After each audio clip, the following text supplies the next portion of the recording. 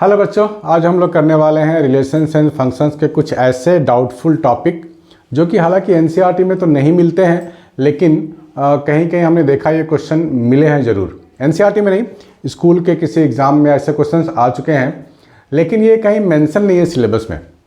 ये CBSE syllabus में अगर आप देखोगे तो आपको ये number of equivalence relation mention नहीं है, इक्विवेलेंस जो क्लास है ये भी मेंशन नहीं है, लेकिन ये किसी किसी स्कूल में आ चुका है, किसी किसी सैम्पल पेपर में मिल भी गया है ऐसे क्वेश्चंस। तो बच्चों को ये डाउट है कि ये होता क्या है, ये टॉपिक है क्या चीज़ आखिर। तो इसके बारे में थोड़ी सी मैं आपको जानकारी दे रहा हूँ, और क्या पता शायद कुछ ऐसा आ जाए एग्ज़ाम में। मैं कोई रिस्क नहीं लेना चाहता हूँ, इसीलिए मैं सोचा कि चलो इन दो टॉपिक को आपके सामने लेके आता हूँ और इसका एक एग्जाम्पल बता देता हूँ ताकि एग्ज़ाम में आ जाए तो आप लिख पाओ, ठीक है। लेकिन मुझे ऐसा है, मेरे को भी डाउटफुल लग रहा है कि हो सकता है आ जाए, हो सकता है नहीं भी आए, क्योंकि ये टॉपिक कहीं मेंशन है ही नहीं। तो चलो कोई बात नहीं, हमारा काम है बच्चों अपने प्रिपरेशंस को बहुत ही अच्छा लेवल तक ले जाना है ताकि एक भी क्वेश्चन, एक भी एमसीक्यू ना छूटे, एक भी नंबर ना छूटे, ठीक है। तो हमें आज समझना है दो चीज़ें, इक्विवेलेंस रिलेशन कैसे निकालेंगे, नंबर ऑफ इक्विवेलेंस रिलेशन, और ये इक्विवेलेंस क्लास क्या होता है, इक्विवेलेंस, है ना। दो चीज़ें समझनी है। तो इन दो चीज़ों को समझने के लिए आपको ध्यान से लिखना पड़ेगा। सबसे पहली बात हम लोग कर लेते हैं number of equivalence relation. Number कैसे निकालेंगे उसकी बात पहले कर लेते हैं।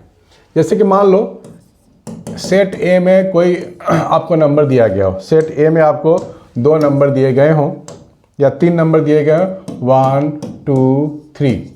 आपको बोला जाएगा नंबर ऑफ इक्विवेलेंस रिलेशन बताइए कितने होंगे, और आपको ऑप्शन दे दिए जाएंगे, 3-4 ऑप्शन दे दिए जाएंगे या फिर 4 एलिमेंट भी हो सकते हैं, 5 एलिमेंट भी हो सकते हैं।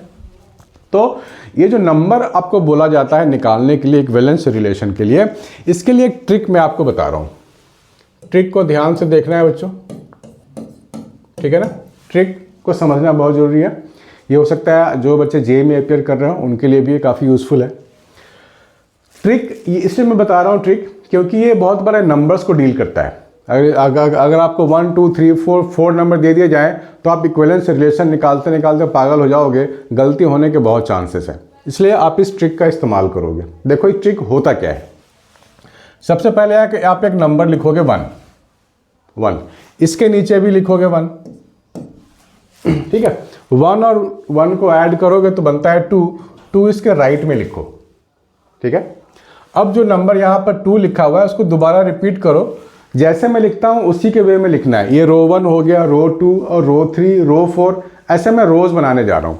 तो रो 1 में सिर्फ एक नंबर है 1, रो 2 में है 1 और 2, रो 3 में है 2 से स्टार्ट करेंगे और 2 + 1 ऐड करो। 2 + 1 क्या बनेगा, 3 बनेगा। 3 + 2 क्या बनेगा, 5 बनेगा। थोड़ा पेशेंस रखो और ये पहले इस चीज़ को आप समझो, इस ट्रायंगल वे में जो बना रहा हूँ उसको आप समझो। लास्ट नंबर यहाँ 5 है तो यहाँ 5 लिखोगे। 5 + 2 7, 7 + 3 10, 10 + 5 15, ठीक है ना। लास्ट नंबर 15 है तो वापस यहाँ 15 लिखो। 15 + 5 20, 20 + 7 27, 27 + 10 37, 37 और 15 करो तो कितना बन जाएगा, 52, ठीक है। 1 2 3 4 5 रोज से ज़्यादा आपको नहीं करना, क्योंकि मोस्टली जो क्वेश्चन आएंगे वो इसके अंदर ही आएंगे आपको। तो ध्यान से देखो, एग्जाम्पल हमने क्या लिया है, 1 2 3, ठीक है ना। 3 नंबर है इसमें, ठीक है। इसमें कितने नंबर है, 3 नंबर है। तो 3 नंबर के हिसाब से आप क्या करोगे, third row, first second third row में आप जाओगे, ठीक है। जब थर्ड रो में आओगे तो सबसे लास्ट वाले एलिमेंट को पकड़ो, यही आपको देगा नंबर ऑफ इक्विवेलेंस रिलेशन। यानी कि जब 1 2 3 की बात हो रही है तो आपको कितने relations, number of equivalence relation कितने मिलेंगे, तो 5 मिलेंगे, ठीक। अब बोलोगे सर अगर हमारे पास हो जाए ए की value A B C D ऐसे, इसमें तो 4 वैल्यूज हैं, 4 है, तो आप 4th रो में आ जाओगे।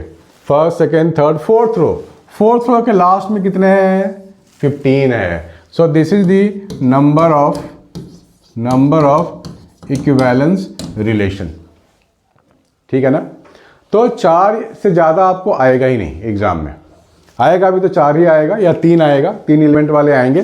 तो इसके अकॉर्डिंग आप आंसर लिख सकते हो, ठीक है ना, लिख सकते हो। चलो अच्छी बात है। अब बात कर लेते हैं, इसको लिख लो। अब बात करेंगे हम लोग इक्विवेलेंस क्लास, इक्विवेलेंस क्लास, इसकी बात कर लेते हैं, ठीक है ना। चलो इसको हटा देते हैं, ठीक। अब हम लोग इक्विवेलेंस क्लास की बात करेंगे, तो इसका भी मैं एग्जांपल एक बता देता हूँ, आपको समझ में आ जाएगा। बड़ा इजी सा चीज़ है। आप पहले 2 सेट्स बनाओ। इक्विवेलेंस क्लास किसी एलिमेंट के लिए फाइंड किया जाता है। किसके लिए फाइंड किया जाता है? इक्विवेलेंस क्लास किसी एलिमेंट के लिए फाइंड किया जाता है। और इसके लिए सेट्स कैसे होना चाहिए? सेम सेट होने चाहिए, ए मैपिंग होनी चाहिए, राइट। सबसे पहली बात आपको समझनी है, इक्विवेलेंस क्लास के लिए क्या करना होता है। इक्विवेलेंस क्लास के लिए सबसे पहले आपको ये मालूम होनी चाहिए कि किसी एलिमेंट के लिए होता है, किसी पर्टिकुलर एलिमेंट के लिए, और इसके लिए 2 सेम सेट वाले चीज़ आपको मालूम होनी चाहिए, ए और ए, या फिर बी और बी, सी सेम सेट। अगर मैं बोलूँ ये ए है, ये बी है, ये सी है, तो ये भी ए बी सी होगा, ठीक है ना। और यहाँ पर एक रिलेशन है, सपोज ए से रिलेटेड है, ए बी से भी रिलेटेड है ना। गजब का रिलेशन है। ए से भी रिलेटेड है, ए बी से रिलेटेड है, हो सकता हो बी से रिलेटेड हो, सी से रिलेटेड हो, और सी बी से भी रिलेटेड हो। मल्टीपल रिलेशंस, ऐसा कुछ सेट है आपके पास, है ना। क्या होनी चाहिए? सेम सेट वाले चीज़ होनी चाहिए और उनके रिलेशंस होने चाहिए, ऐसे, ठीक है। तो यहाँ पर मैं ए बी और सी तीनों के इक्विवेलेंस क्लास आपको फाइंड करनी पड़ेगी, इक्विवेलेंस क्लास आपको फाइंड करनी पड़ेगी। तो इक्विवेलेंस क्लास का सिंबल क्या होता है, इसको लिखते कैसे हैं सिंबल में?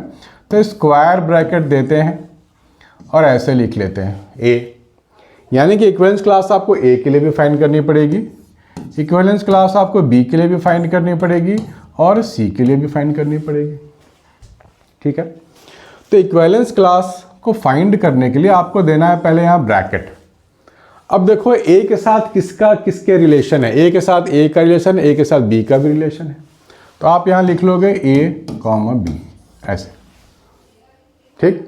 ये हो गया equivalence for A, equivalence class for B.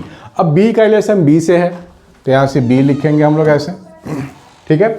सी के लिए रिलेशन बी से भी है और सी से भी है, तो हम लोग क्या लिखेंगे? बी लिखेंगे और सी लिखेंगे।